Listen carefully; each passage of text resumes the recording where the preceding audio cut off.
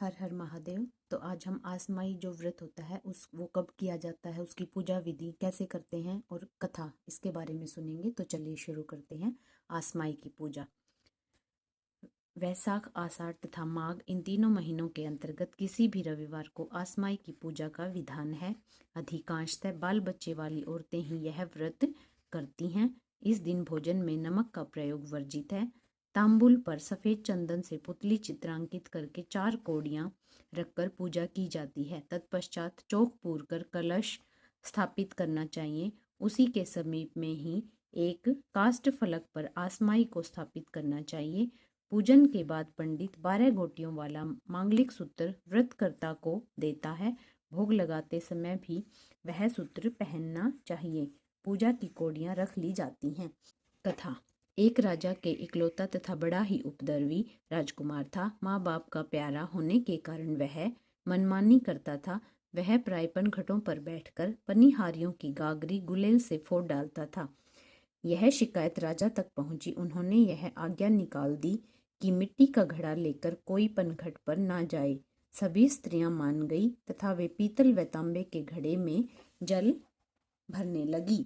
इसके पश्चात उस राजकुमार ने लोहे तथा शीशे के गुरों से घड़ा फोड़ने की क्रिया पूर्ववत चालू कर दी। तो फिर शिकायती लोग राजा के पास गए। राजा बहुत क्रोधित हुए तथा अपने पुत्र को देश निकाला की आज्ञा दे दी। आज्ञा पाते ही राजकुमार घोड़ा दौड़ाता हुआ वन की ओर चल दिया। थोड़ा आगे बढ़ने पर 4 बुढ़ियाओं से उसकी भेंट हुई। अचानक राजकुमार का चाबुक गिर गया। उसने उतरकर उठाया तथा फिर आगे बढ़ा। बूढ़ियों ने समझा मुझे प्रणाम किया गया है, मगर नजदीक पहुंचने पर जब वे चारों प्रणाम की वास्तविकता पूछती हैं तो राजकुमार 3 को इनकार कर चौथी बुढ़िया आसमाई को अपना किया गया प्रणाम बताता है। राजकुमार की बातों पर आसमाई बहुत प्रसन्न हुई तथा 4 कौड़ियां देकर आशीर्वाद दिया कि जब जब ये कौड़ियां तुम्हारे पास रहेंगी तुमसे कोई नहीं जीत सकेगा। समस्त कार्यों में तुम्हें सफलता मिलेगी, चाहे वह युद्ध हो या धूत विद्या। देवी का आशीर्वाद लेकर राजकुमार वहां से चल दिया। देश देशांतर का भ्रमण करते हुए वह एक देश की राजधानी में पहुंच गया। वहां का राजा जुआ खेलने में अति पारंगत था। प्रजाजन भी इस विद्या से काफी परिचित थे। राजकुमार पहले तो घाट पर एक धोबी को देवी द्वारा दिए गए कौड़ियों के बल से जुए में हराता है, जो कि राज दरबार में जाकर इसकी प्रशंसा करता है।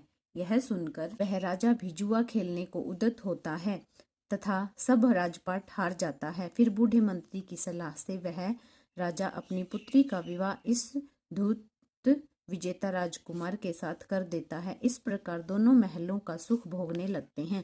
राजकुमारी बहुत ही शीलवान तथा सदाचारिणी थी। महल में सास ननद के अभाव में वह कपड़े की गुड़ियों द्वारा सास ननद की परिकल्पना करके उनके चरण को आंचल पसार कर छूती तथा आशीर्वाद लेने लगी।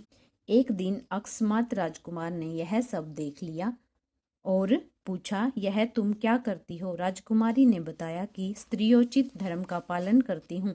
यदि मैं आपके घर में होती तो प्रत्यक्ष सास ननद के दर्शन होते, परंतु यहाँ प्रतीक स्वरूप ही धर्म का पालन कर रही हूँ। रानी की ऐसी उत्कट इच्छा जानकर राजकुमार सेना सहित घर जाने का तैयार हो गया। जब नई नवेली दुल्हन के साथ राजकुमार पिता की राजधानी पहुंचता है तो वियोग के कारण निरंतर रोने से अपने माँ बाप को नेत्रविहीन पाता है। पुत्र का समाचार पाते ही राजा रानी अत्यंत प्रसन्न होते हैं तथा कुल मर्यादा के अनुसार वर वधू के महल में प्रवेश करते ही बहू सास के चरण छूती है। सास के आशीर्वाद से कुछ दिन बाद ही एक सुंदर बालक का जन्म होता है। इसी बीच माँ बाप को अमर ज्योति मिलती है। आसमाई की कृपा से उनका सारा दुख दूर हो जाता है। तो ये हमने सुनी आसमाई व्रत कथा और उसकी पूजन विधि। आप सभी को इस व्रत की शुभकामनाएं। जय श्री कृष्ण।